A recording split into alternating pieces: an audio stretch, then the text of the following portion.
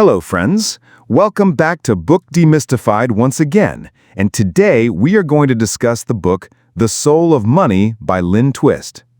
You know what happened to me last week that completely blew my mind? I was complaining to my coworker about how I couldn't afford to take that weekend trip to Nashville I've been wanting, while literally holding a $12 latte and wearing $200 sneakers. And it hit me.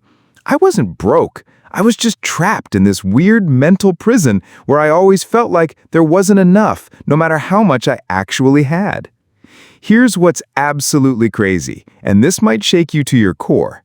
Lynne Twist spent over 30 years working with some of the wealthiest people on the planet, billionaires who could buy small countries. And guess what?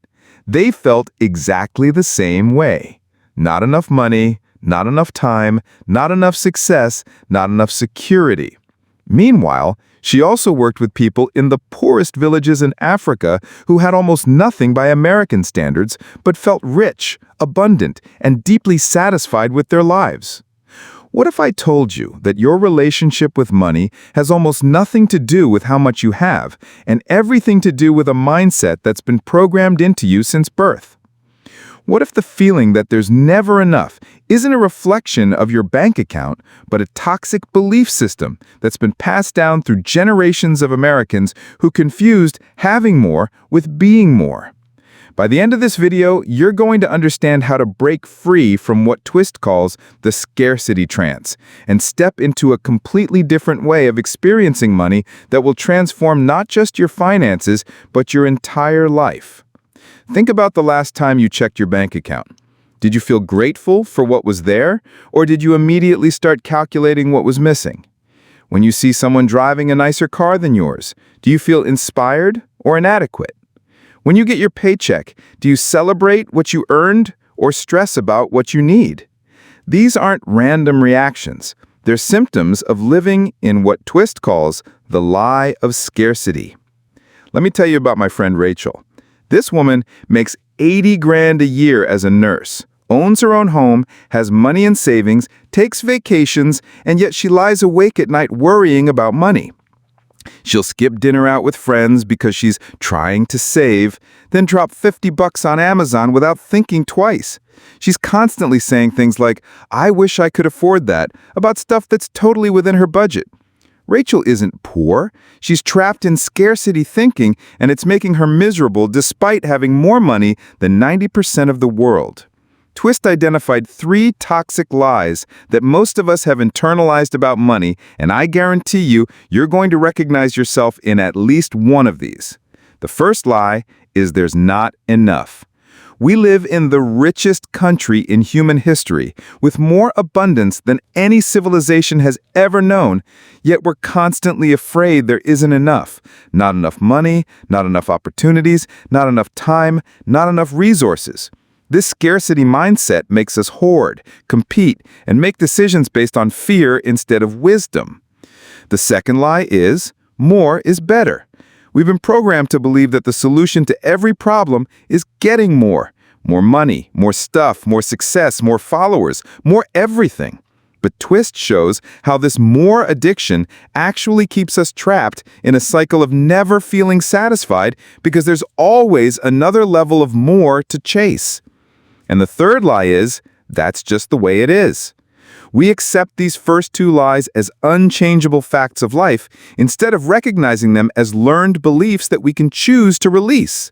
We think scarcity and competition are natural human states, when really they're just programming we've absorbed from a culture that profits from our dissatisfaction.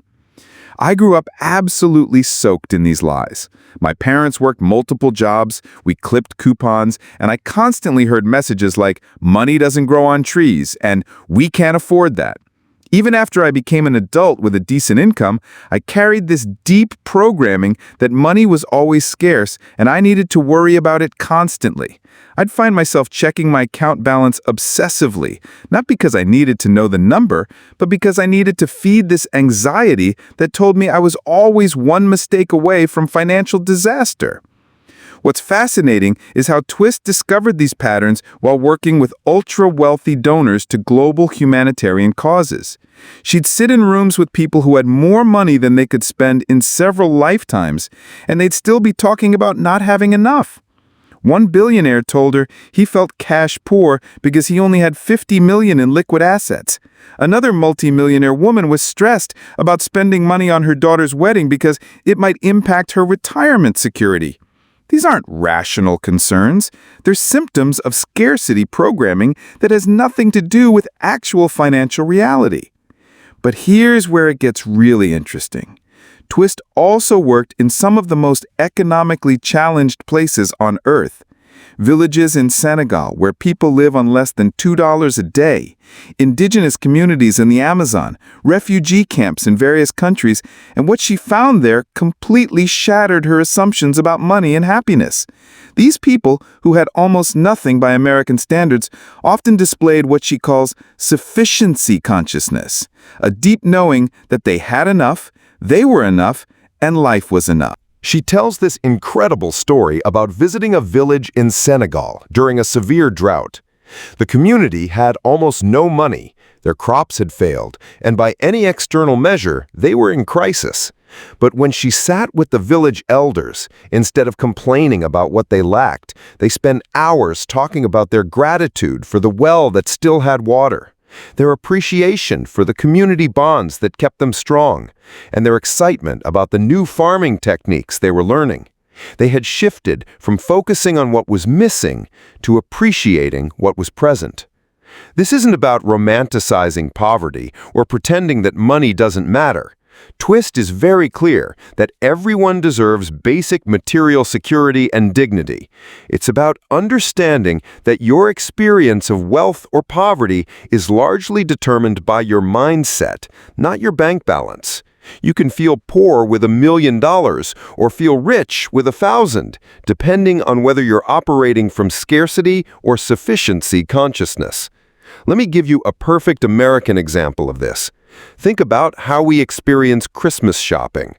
We're supposedly celebrating gratitude and generosity, but most of us turn it into this stressful, expensive competition where we worry about spending too much while simultaneously worrying that we're not spending enough. We focus on what we can't afford instead of appreciating our ability to give at all. We compare our gift giving to others instead of celebrating our own generosity. Classic scarcity thinking disguised as a joyful tradition. Twist introduces this concept she calls sufficiency, not to be confused with having just enough to get by, but rather a recognition that what you have right now is sufficient for this moment. Sufficiency doesn't mean you stop wanting to grow or improve your situation. It means you stop operating from a place of desperate lack and start making decisions from a place of wholeness and wisdom. When I first read about sufficiency, I thought it sounded like New Age nonsense. I'm a practical person. I've got bills to pay, goals to achieve, a future to secure. But then I started experimenting with it, and the results were shocking. Instead of checking my bank account from a place of anxiety, I started looking at it with appreciation for what was there. Instead of focusing on what I couldn't afford, I started noticing all the things I could afford that I was taking for granted. My bank balance didn't change, but my relationship with it transformed completely. The shift from scarcity to sufficiency isn't just about feeling better. It actually makes you smarter with money. When you're operating from scarcity, you make fear-based decisions. You might avoid investing because you're scared of losing money, or you might overspend because you feel deprived, or you might stay in a job you hate because you're terrified of financial risk. But when you operate from sufficiency, you make decisions from wisdom instead of fear. Here's a personal example of how this played out in my life. I'd been wanting to start a side business for years, but I was always telling myself I couldn't afford to take the risk. I needed more savings, more security, more certainty before I could make that leap. Classic scarcity thinking. There was never going to be enough safety to make it feel comfortable. But when I shifted to sufficiency thinking, I realized I had enough skills, enough resources, and enough support to start small and test the waters. I didn't need perfect conditions. I just needed to work with what I had. Twist also talks about what she calls the flow of money, this idea that money is like water. It needs to keep moving to stay healthy. When we hoard money out of fear, we're actually cutting off its natural flow and creating stagnation. But when we use money consciously and generously, we create circulation that benefits everyone, including ourselves. This completely changed how I think about spending and giving. I used to feel guilty every time I spent money, like I was somehow failing by not hoarding every dollar. But Twist helped me understand that conscious spending, buying things that truly serve your values and goals, is actually a form of stewardship. When I buy from local businesses I want to support, when I invest in my education or health, when I give to causes I care about, I'm participating in the healthy flow of resources through the community. She tells this amazing story about a woman who inherited a significant sum of money, but was paralyzed by guilt and fear about having it. The money just sat in accounts, earning minimal interest because she couldn't bear to spend it, invest it, or give it away. She was so trapped in scarcity thinking that she couldn't access the abundance she'd been given. With Twist's guidance, she learned to see the money not as a burden or a source of guilt, but as a resource that wanted to be used for good in the world. She started investing in social enterprises, funding education programs, and supporting environmental initiatives. The money started flowing, creating value far beyond what it could have done sitting in a bank account. Hey, if you're enjoying our free book summaries and want to support what we do, there are a few easy ways to help. You can subscribe to the channel, become a member, or grab the book using our affiliate link in the description. And if you'd like to go a step further, you can also leave a tip via PayPal or UPI, the links below. Every bit of support helps us keep creating valuable content for you. One of the most powerful sections of the book deals with what Twist calls soul values versus survival values. Most of us have been trained to make money decisions based on survival values, security, accumulation, competition, control. But what if we started making financial choices based on soul values, purpose, contribution, connection, creativity, spiritual growth? The shift doesn't mean being irresponsible with money. It means being responsible to your deepest values instead of just your deepest fears. I started applying this framework to my own financial decisions, and it was revolutionary. Instead of choosing the cheapest option for everything, I started asking, what choice aligns with my values? Sometimes that meant spending more money on products made by companies whose practices I wanted to support. Sometimes it meant spending less money because I realized I was buying stuff to fill emotional needs that had nothing to do with the actual products. For example, I used to buy a lot of books that I never read because owning them made me feel smarter and more educated. Classic scarcity thinking. I was trying to hoard knowledge instead of actually engaging with it. When I shifted to sufficiency thinking, I realized I had enough books to last me years, and what I really needed was to slow down and actually absorb what I was reading. I started using the library more, buying fewer books but reading them more deeply, and my relationship with both money and learning improved dramatically. Twist also addresses something that's particularly challenging for Americans, dealing with wealth guilt and money shame. Our culture sends really mixed messages about money. We're told that financial success is the measure of a person's worth, but we're also told that caring too much about money is shallow or greedy. This creates this impossible bind where you feel bad if you don't have money, and you feel bad if you do have money. She worked with many wealthy individuals who were paralyzed by guilt about their financial success, feeling like they didn't deserve what they had, or that having money made them bad people. On the flip side, she worked with people struggling financially who carried deep shame about their situation, as if their bank balance reflected their value as human beings. Both groups were trapped in the same fundamental error, equating money with identity and worth. The solution isn't to pretend money doesn't matter, but to develop what she calls financial integrity, using money in ways that align with your deepest values and highest purpose. Whether you have a little money or a lot, you can choose to use it consciously, generously, and wisely. Your worth as a person has nothing to do with your net worth, but how you handle whatever money you have can be a powerful expression of who you are. One exercise from the book that really impacted me was what she calls a money autobiography. You write down your earliest money memories, the messages you received about money growing up, and the beliefs you've inherited about wealth and worth. When I did this exercise, I was shocked at how much unconscious programming I was carrying around. I remember being maybe 6 years old and my mom getting stressed about the grocery bill and somehow absorbing the message that wanting things was selfish. I remembered my dad working overtime constantly and learning that money was something you had to struggle for. I remembered feeling embarrassed in high school when my friends talked about expensive vacations their families took and deciding that people with money were somehow different from people like us. All of these memories had shaped beliefs I didn't even know I had. That money was scarce, that wanting financial success was greedy, that I didn't deserve abundance. Writing them down helped me see them as learned patterns instead of unchangeable truths, and that awareness was the first step toward healing my relationship with money. Twist also talks about the difference between making a living and making a life. Most of us have been trained to think of work primarily as a way to make money, and money primarily as a way to buy security and stuff. But what if work was primarily about contribution and expression, and money was primarily a tool for creating the life that aligns with your values? This doesn't mean being naive about the practical realities of paying bills and planning for the future. It means expanding your definition of wealth to include things like meaningful relationships, purposeful work, physical health, creative expression, and spiritual growth. When you start measuring your life by these broader metrics, you often find that you're already richer than you thought. I applied this thinking to my own career choices, and it completely changed my priorities. Instead of just chasing the highest paying opportunities, I started looking for work that felt meaningful and aligned with my values, trusting that if I focused on contribution and excellence, the money would follow. It sounds risky, and honestly, it felt terrifying at first, but it led to opportunities I never would have found if I'd stayed focused purely on maximizing income.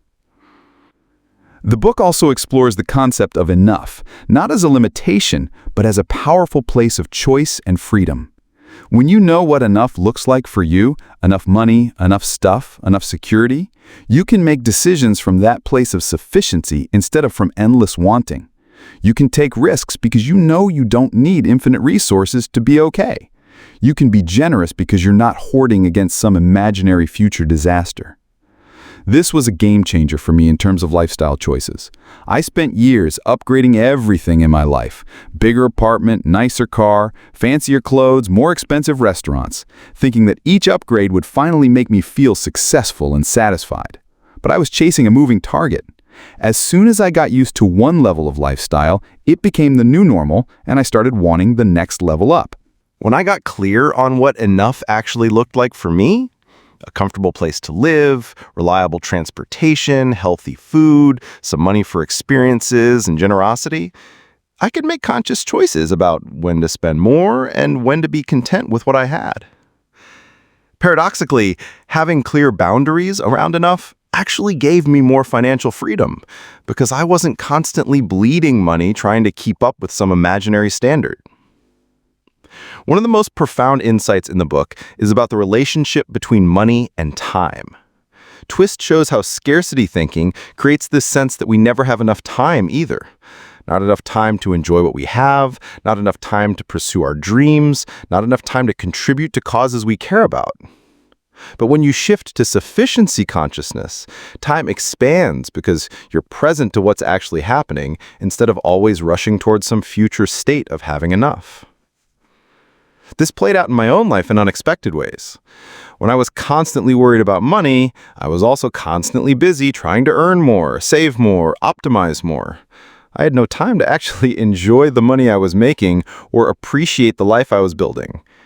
But when I relaxed into sufficiency, I found time to cook meals instead of always eating out, time to walk places instead of always driving, time to have conversations instead of always rushing to the next thing. Ironically, slowing down actually improved my financial situation because I was making more conscious choices instead of always defaulting to the expensive, convenient option. Twist also addresses the global implications of our individual money consciousness. She shows how the scarcity mindset that dominates American culture contributes to everything from environmental destruction to social inequality to international conflict. When we believe resources are scarce and competition is natural, we create systems based on domination and exploitation instead of collaboration and sustainability. But when individuals start operating from sufficiency consciousness, it creates ripple effects that extend far beyond their personal finances. You start supporting businesses whose practices align with your values. You start voting for policies that consider long-term sustainability over short-term profit. You start seeing yourself as part of a larger ecosystem where everyone's well-being is interconnected. This might sound overwhelming, like the weight of the world's problems is somehow your responsibility.